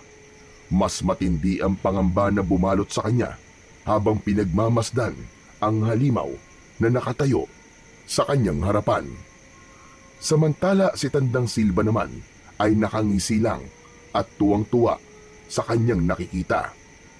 Andres! Andres! Sabi ko naman sa iyo, hindi ba? Hindi mo na ako kayang labanan ngayon. Hindi na ikaw ang dating antingero na kinatatakutan noon. Hayop ka. Wala ka talagang pinagbago, Silva. Hindi ka kailanman lumalaban ng patas. Mandaraya ka pa rin hanggang ngayon. At bakit naman ako lalaban ng patas? Kung sa ganitong paraan ako pwedeng manalo, gagawin ko. Wala nang ibang mahalaga sa akin, kundi ang magtagumpay. Anong halimaw naman niyang ginawa mo, Silva? Nagulat ka ba? Sinabi ko naman sa iyo kanina, hindi mo nakakayanin ang kapangyarihan ko. Humakbang siya paatras at itinaas ang kamay. Sa isang iglap, ang halimaw ay lumapit sa kanya. Lumuhod sa kanyang harapan na parang isang alagang hayop. Ang nilalang na ito, ang tatapos sa iyo, Andres. Wala ka ng kawala! Kaya mo lang sinasandalan ng halimaw mo. Kasi alam mong hindi mo ako kayang harapin ng ikaw lang. Wala na akong pakialam sa mga sinasabi mo. Puro kasatsat. Pero ito tatandaan mo. Ngayong gabi, Andres, magiging kwento ka na lang sa baryo na to. Agad na tumayo si Lolo Andres at ipinagpag ang alikabok na kumapit sa kanyang damit. Pagkaraan ay ngumisi. Wala ka talagang kadala-dala kahit kailan. At sino naman ang nagsabi sa'yo na kayang-kaya akong patayin yan? Marami na ako napatay na mga aswang. At yan pa bang ipagmamalaki mo? Isang orasyon lang yan. Patay na sa akin yan. Umingala si Lolo Andres. Ipinikit ang kanyang mga mata at sinimulang bigkasin ang isang orasyon. Ang kanyang boses ay umaalingaw-ngaw sa paligid. Tila may bumabang enerhiya mula sa langit. Biglang lumakas ang hangin, umiikot sa paligid nila. Tignan natin ngayon kung sino ang mauuna sa hukay. Itinaas ni Lolo Andres ang kanyang kanang kamay, kasabay ng muling pagbibigkas ng orasyon. Ngunit di pa man niya natatapos ang orasyon, biglang sumugod ang aswang. Sumisirit ang laway mula sa bibig nito habang nakanganga. Mabilis ang kilos ng matanda. Umilag siya at mabilis na iwinasiwas ang kanyang itak. Tumama ito sa balikat ng halimaw pero parang hindi man lang ito nasaktan. Sa halip, napangisi lang ito at inihampas ang napakalaking kamay. Tumama ito sa katawan ni Lolo Andres at tumilapon siya sa lupa. Agad na napatingin ang matanda sa hawak niyang itak. Nasira ang talim nito. Nagkaroon ng lamat. Dinuraan niya lang ang lupa at muling tumayo. Hawak ang kanyang itak. Tumingin siya kay Tandang Silva na noon ay nakangisi lang. Tila nag-e-enjoy sa kanyang paghihirap. Muli siyang umusal ng isang dasal pero pinagtawanan lang siya ni Tandang Silva. Hindi ka pa ba nagtataka kung bakit hindi umi-epekto ang mga dasal mo? Huwag mo na sayangin ang hininga mo dahil wala yang silbi sa alaga ko. Nagtangis ang bagang ni Lolo Andres. Hindi siya makapaniwala. Anong ginawa mo, Silva? Anong klaseng halimaw yan? Natatakot ka na ba sa nilikha ko, Andres? Ito ang aking tungganon. Hindi siya tulad ng ibang aswang. Hindi siya nakakarinig. Hindi siya tinatablan ng kahit na anong orasyon. Dahil hindi naman niya naririnig ang mga dasal mo. Hayop ka! Iba ito! Kailangan kong gumamit ng ibang paraan! Wala siyang oras para mag-isip ng matagal. Biglang kumilos ang dungganon. Isang mabilis na paggalaw na halos hindi niya nakita. Tumalon ito papunta sa kanya. Ang mahahabang kuko'y nakatutok na sa kanyang lalamunan. At sa isang iglap, napilitang gumulong si Lolo Andres sa lupa. Ngunit bahagyang nagasgasan ang kanyang braso sa matatalas na kuko ng halimaw. Ano, Andres? Ano? Handa ka na bang mamatay? Hindi sumagot si Lolo Andres. Dahan-dahan siyang umatras habang pilit na iniisip kung paano tatalunin ang isang aswang na hindi tinatablan ng dasal. Huwag kang masyadong pakampante. Bago mo ko mapatay, alamin mo muna kung kaya mo bang kalabanin ang susunod sa akin. Mabilis na lumapit si Tandang Silva at humawak sa balikat ni Lolo Andres. Napakalamig ng kamay ng matanda. Tila hinigop nito ang kanyang lakas. Naramdaman ng albularyo ang paghina ng kanyang katawan. Ramdam niyang tila kinukuha ng mangkukulam ang kanyang sigla at hininga. Pero hindi siya bumigay. Ang hawak niyang langis, agad niyang isinaboy sa mukha ng kalaban niyang matanda. At sa isang iglap, isang malakas na sigaw ang bumalot sa buong paligid. Biglang lumayo si Tandang Silva. Ang kanyang balat ay nagsimulang masunog. Ang aswang ay mabilis siyang kinagat sa balikat. Naramdaman niya ang matatalim nitong mga pangil na bumaon sa kanyang laman. Nanghina siya at napaluhod sa lupa. Ngunit bago pa siya tuluyang manghina, naramdaman niyang lumayo ang aswang at lumapit kay Tandang Silva na noon ay namimilipit pa rin sa sakit. Agad nitong inilipad ang matandang mangkukulam at habang nasa ere ito, narinig pa ni Lolo Andres ang malakas nitong sigaw. Babalik ako, Andres! Papatayin kita! Wawasakin ko kayong lahat! Sa isang iglap, naglaho si Tandang Silva sa dilim. Habol ang hininga. Tuluyang napahiga si Lolo Andres sa lupa. Ramdam niya ang hapdi ng sugat sa kanyang braso. Kailangan ko nang umuwi. Sa kabila ng sakit sa katawan at sa labis na panghihina, pinilit ng matanda na makatayo. Nanginginig ang kanyang katawan. Nanguha siya ng 2 piraso ng sanga at yun ang ginamit niyang tungkod. Maraan ang kanyang pagakbang pero determinado siyang makauwi. Ilang sandali ang lumipas. Sa wakas, narating na niya ang kanilang bahay. Mabilis siyang kumatok sa pinto. Gabriel! Gabriel po! Pagbuksan mo ko! Maya-maya pa, bumukas ang pinto at bumungad ang apo niyang si Gabriel. Kita ang gulat at takot sa kanyang muka. Lolo Andres! Lolo Andres, ano nangyari sa inyo? Hingal na hingal si Lolo Andres. Tumutulo ang pawis niya at may sugat siya sa balikat. Hindi siya sigurado kung may oras pa siya. Pero sinimulan niyang magbilin sa apo niya. Hinawakan niya sa balikat si Gabriel. Si Silva! Si Silva, Gabriel! Lumikha siya ng isang halimaw. Isang aswang na dungganon. Lo, wag na muna kayo magsalita. Tama na yan. Gamutin na muna natin ang sugat niyo. Gabriel, makinig ka. Wala na tayong oras. Makinig kang mabuti sa sasabihin ko. Lo, anong wala ng oras? Ano ba nangyayari sa inyo? Si Silva, lumikha ng isang halimaw. Isang dungganon. Dungganon? Anong ibig mo sabihin, Lo? Ano ba yun? Mabilis ang paghinga ni Lolo Andres. Ramdam niya ang hapdi ng kanyang sugat, pero mas inaalala niya ang paparating na kapahamakan. Inalalayan ni Gabriel ang kanyang lolo at pinaupo. Hindi ordinaryong aswang ang nilikha niya. Wala itong pandinig. Kaya di tinatablan ng orasyon o ng mga sandatang inorasyonan. Hindi rin ito basta-basta tinatablan ng kapangyarihan ng mga mutya. Malakas ito, mabilis, at walang awa. Lo, kung hindi tinatablan ng mutya at orasyon, paano natin lalabanan yon? Napalunok si Gabriel. Noon lang niya nakitang takot ang kanyang lolo at puno ng pag-aalala. Lo, sabihin nyo, ano pong gagawin natin? Paano natin matatalo yun? Makinig kang mabuti. Panahon na para ikaw ang magpatuloy sa tungkulin ng ating lahi. Hindi po. Ayoko, Lo. Hindi ko po alam kung paano. Wala po akong alam sa ganun. Teka, nasa na ba ang gamot? Ituro nyo na lang po sa akin kung paano po kita gagamutin. Nararamdaman ko, iyo.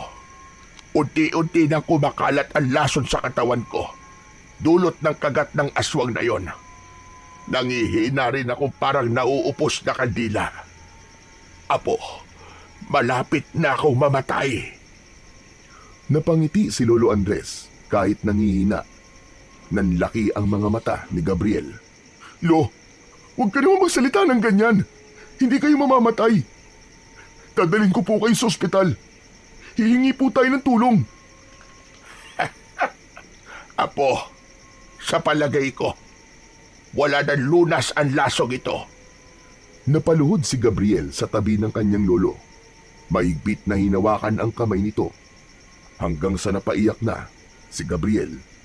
Hindi, Lo. Hindi pwede. Hindi ko kaya mawala kayo, Lo. Kailangan ko kayo. Kailangan kayo ng taong bayan. Huminga ng malalim si Lolo Andres. Pilit na inipon ang natitirang lakas. Inabot niya ang muka ng apo at marahang pinisil ang pisngi nito. Hindi mo na ako kailangan. Ikaw na, Apo. Ikaw na. Ikaw na ang kailangan ng baryo natin. Iligtas mo ang lahat. Laban kay Silva. Umiling si Gabriel. Hindi matanggap ang sinasabi ng kanyang lolo. Lolo Andres, paano kung gagawin yun? Lalo pang lumabo ang paningin ni Lolo Andres. Ngunit pilit niyang pinilit na tumingin ng direkta sa apo niya. Gabriel, nasa dugo mo ito. Nasa lahi natin. Hindi mo kailangan maging katulad ko. Kailangan mo lang maging handa. Buksan mo ang aklat. Basahin mo ang nilalaman. Hanapin mo ang sagot. At higit sa lahat, maniwala ka sa sarili mo. Natahimik si Gabriel. Sa labas naman, patuloy ang pag-alulong ng mga aso.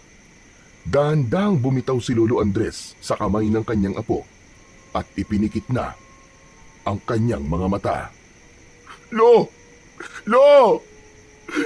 wag niyo akong iwan! Lolo!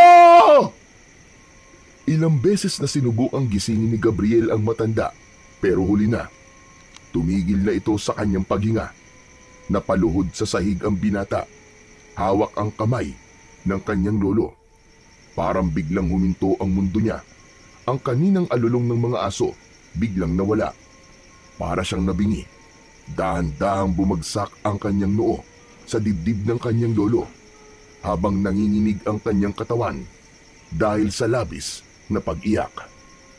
Lolo, wag naman po. Wag niyo po akong iwan. Lolo! Para siyang bata ulit na biglang hinahanap ang init ng yakap ng kanyang lolo. Yung pang-aasar sa kanya ng matanda at ang palad nitong palaging pumipisil sa kanyang balikat kapag kailangan niya ng mga payo at gabay.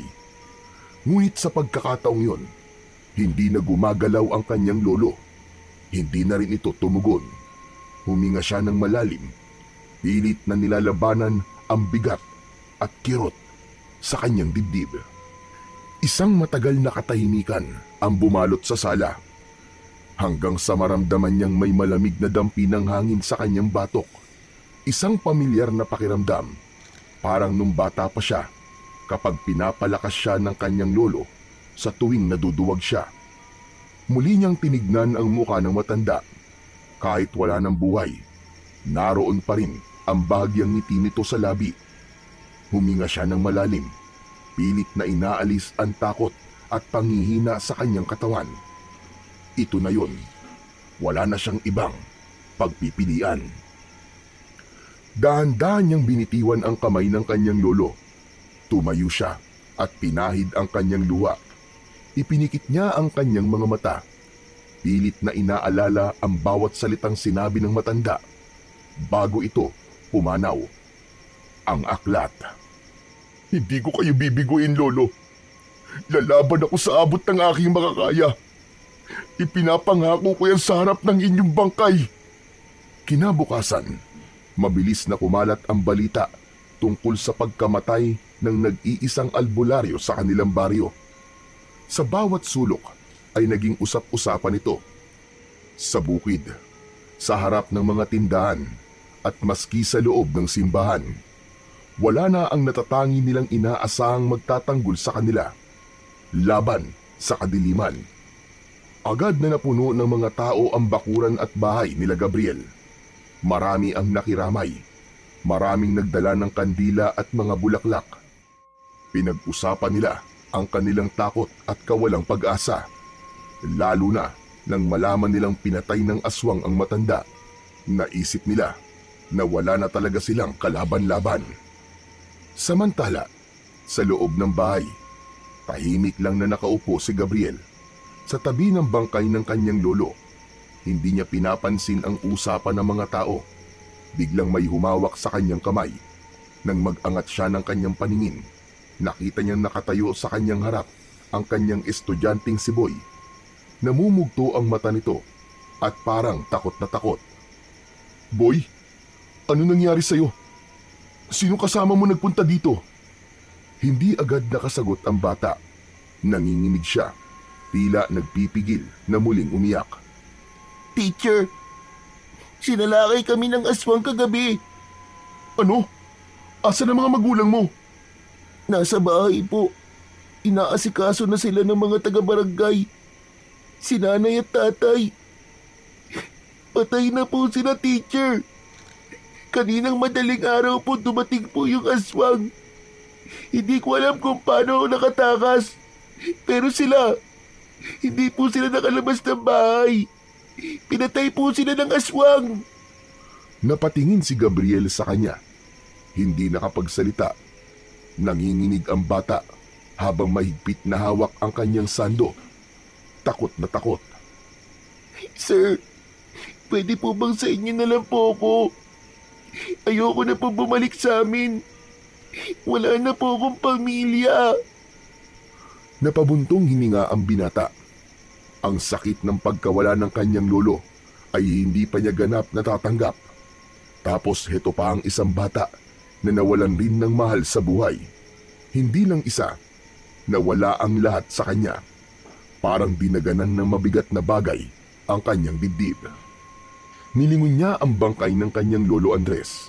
Alam niyang kung buhay pa ang matanda, hindi nito papayagang magdusa sa takot at lungkot ang bata. Hinawakan niya ang kamay ni Boy.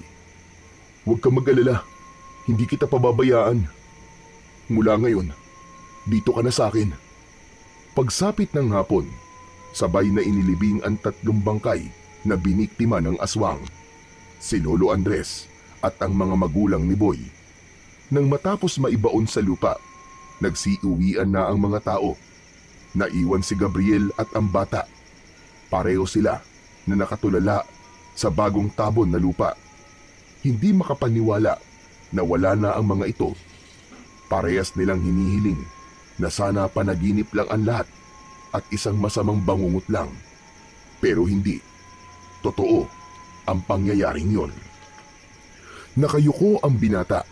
Yakap ang kanyang sarili. Wala ni isang luha ang pumapatak sa kanyang mga mata. Pumikit siya sandali at hinayaan ang hangin na dumampi sa kanyang muka. Sa oras na yon, alam niyang wala nang atrasan. Kailangan niya nang gawin ang iniwang misyon ng kanyang lolo. Sa kanyang isip, isang pangalan ang paulit-ulit niyang iniisip. Yun ay walang iba, kundi si Tandang Silva. Biglang bumuhos ang malakas na ulan. Doon pa lang naisipan ng dalawa na umuwi.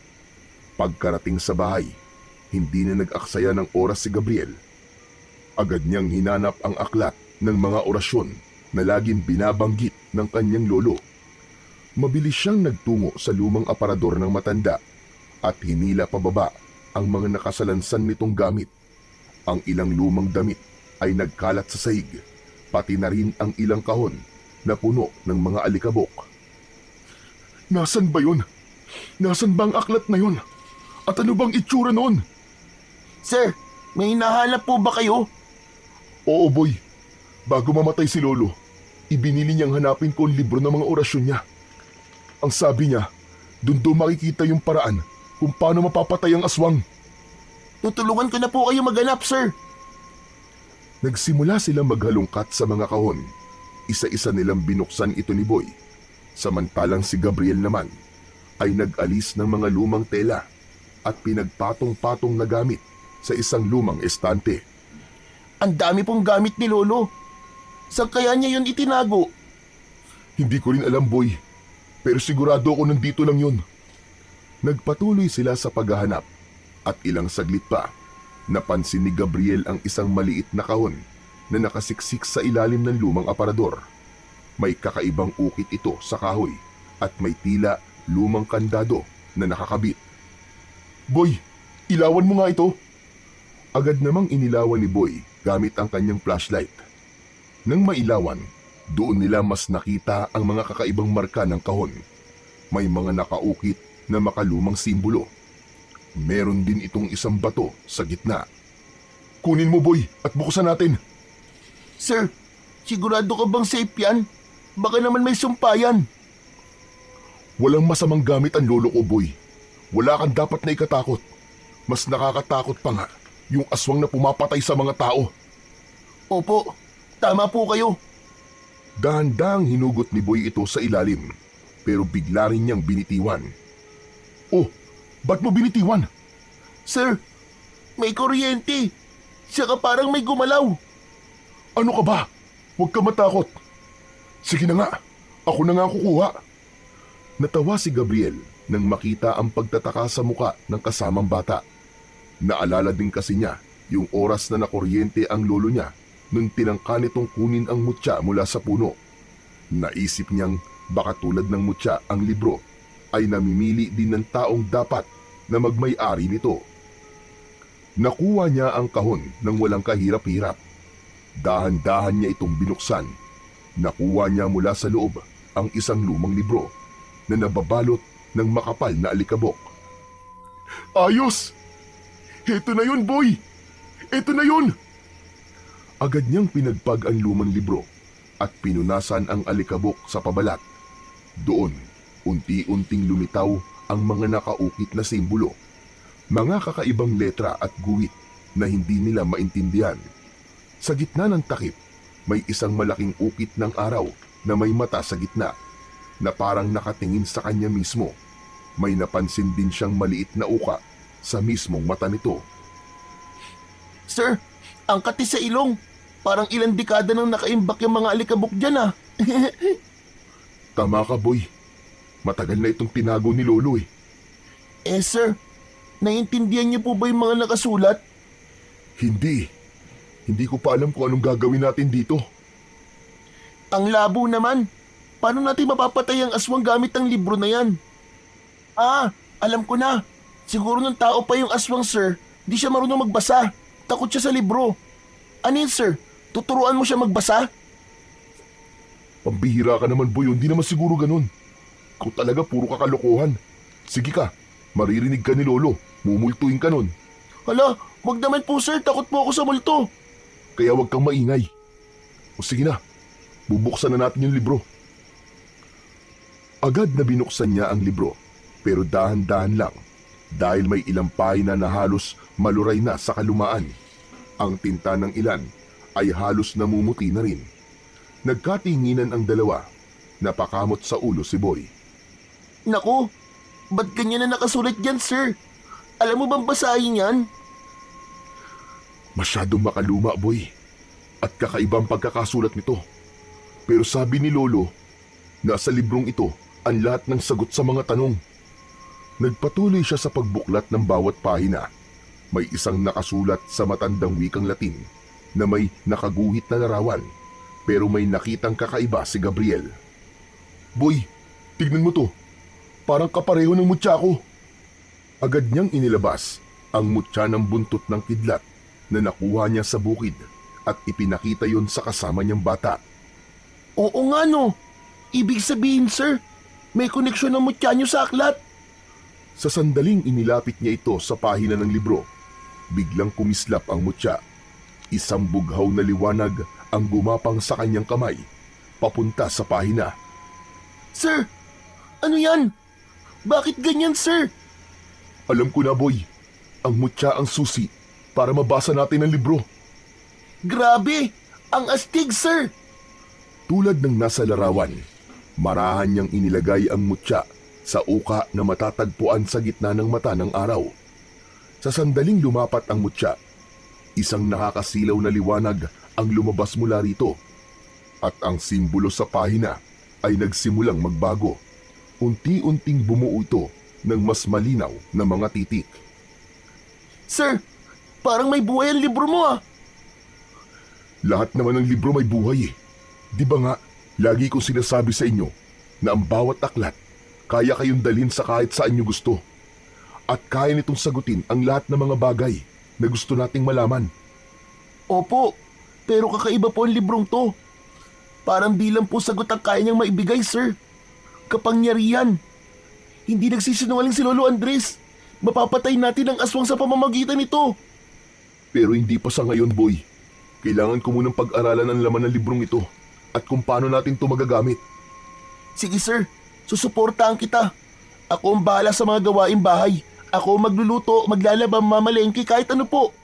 Wala po kayong ibang gagawin kundi pag-aralan yan. Salamat boy ah. Hindi po. Ako po ang dapat magpasalamat ng malaki sa inyo. Habang nakapatong ang mutya, binuklat na nila ang mga pahina. Malinaw na ang mga sulat at naiintindihan na yon ni Gabriel. Isa itong aklat na puno ng mga orasyon na panlaban sa iba't ibang uri ng aswang. Hanggang sa isang pahina ang nakatawag sa kanya ng pansin, ang pahinang may larawan ng isang aswang. Yan! Yang aswang na yan! Siya yung sumalakay sa bahay, sir! Ganyan na ganyan po ang itsura niya! Sigurado ka ba, boy? Opo, hindi po ako maaari magkamali. Yan nga po yun. May malalaki siyang pakpak, tapos ang pangit po ng mukha niya, nakakatakot. Parang naaagnas po na bangkay. Tapos, may mahahaba at matigas po siyang dila. Tama nga ang hinala ni Lolo. Dito makikita ang paraan para tapusin ang lagim sa baryong ito.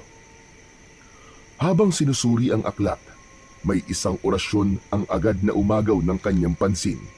Ang orasyon na may kakayahang baliin ang sumpa ng isang nilalang na isinilang mula sa kadiliman. Ang kapangyarihan ng orasyon ay lalong titindi kung magagamit ang mutya ng buntot ng kidlat bilang gabay. Orasyon? Mutya? Kapangyarihan? Ayos.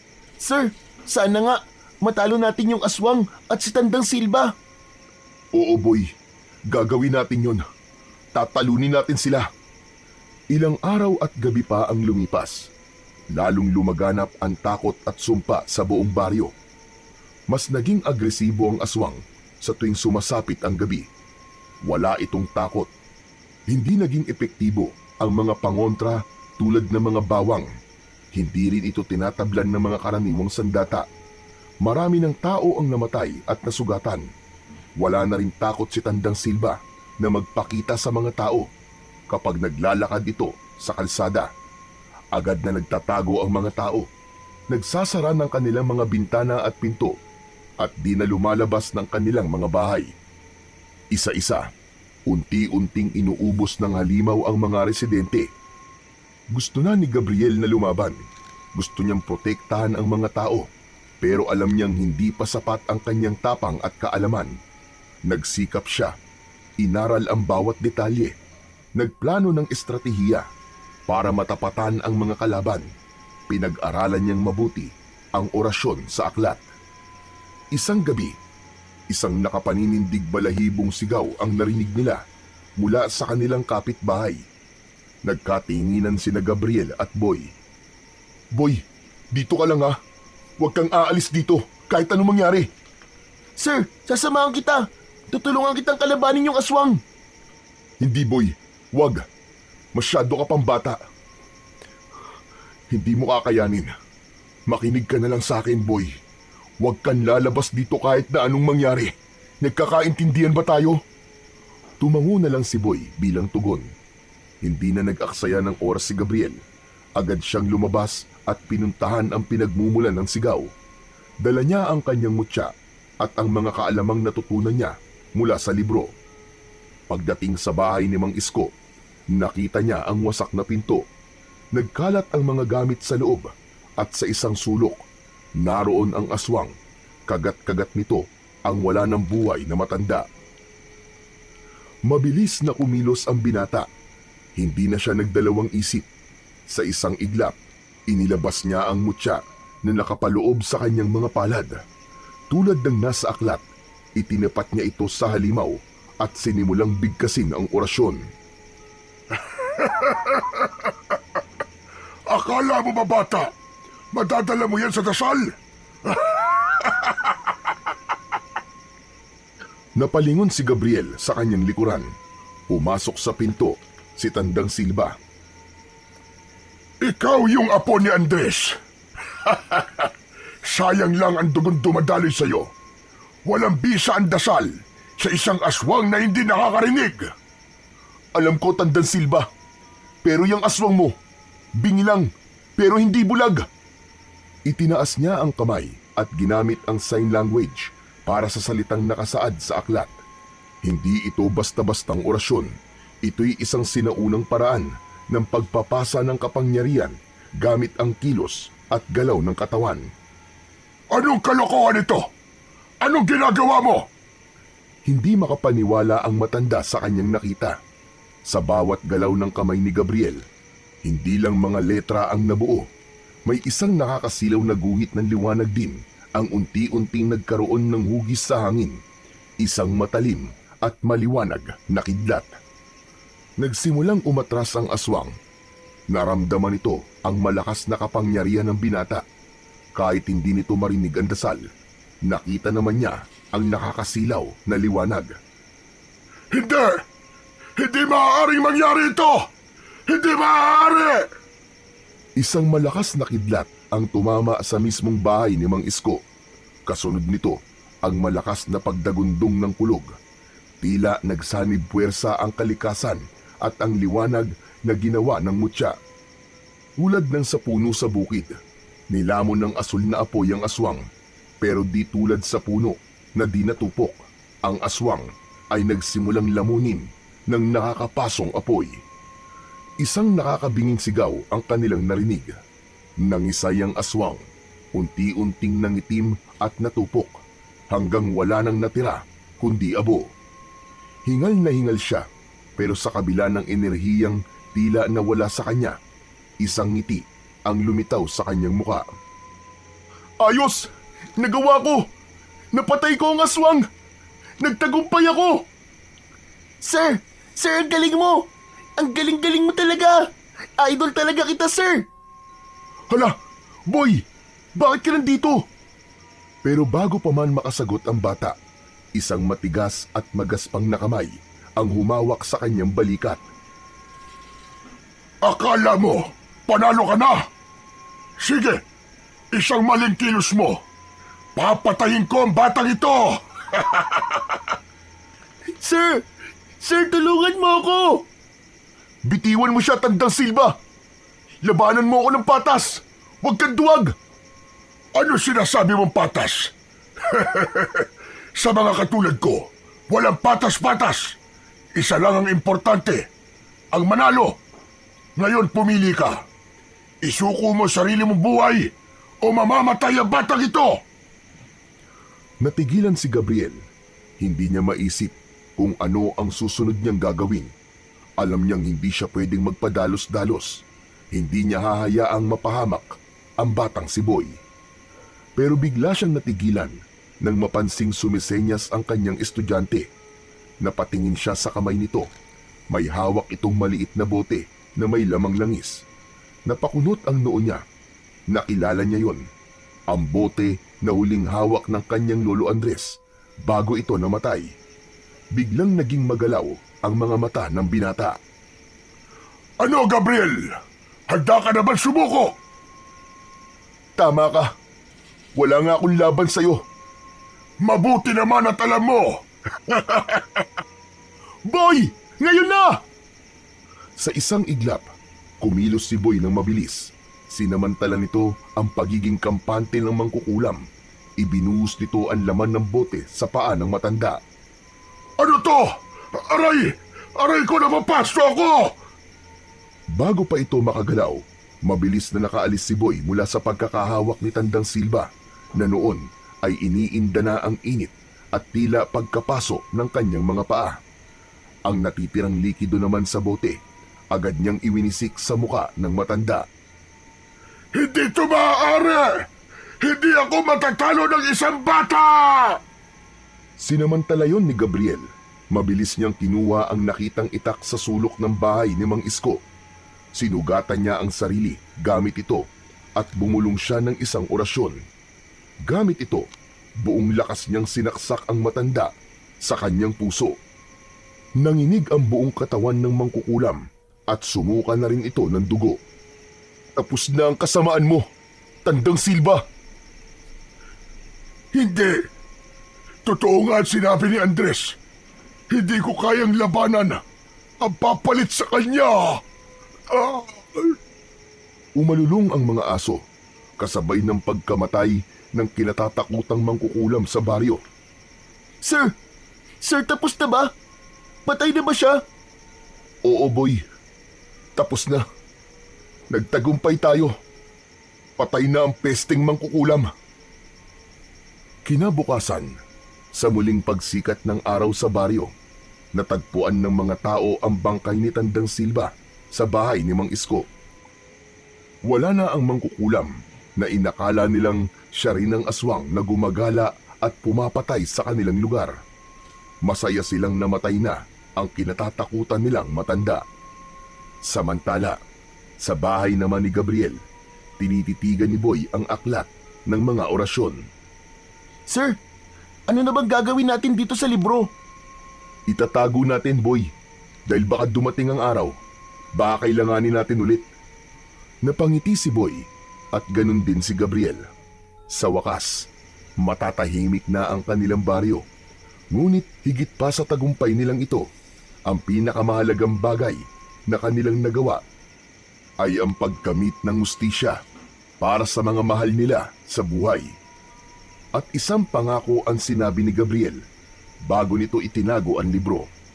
Ngayong alam na niya ang sikreto ng libro, handa na siyang lumaban anumang oras na dumating ang mga kampon ng kadiliman. Ipinagpatuloy niya ang nasimulan ng kanyang lolo bilang isang mahusay na albularyo at manunugis ng aswang. Yun ang gusto ng kanyang lolo para sa kanya. Pero habang wala pa ang mga alagad ng kasamaan, ay pinagpapatuloy niya ang kanyang pagtuturo bilang isang guro. Sa kabila nito, palagi siyang alerto, nakabantay kung sakaling may mga mata na nakabantay at naghihintay ng tamang pagkakataon na umatake at magasik ng lagim sa kanilang baryo.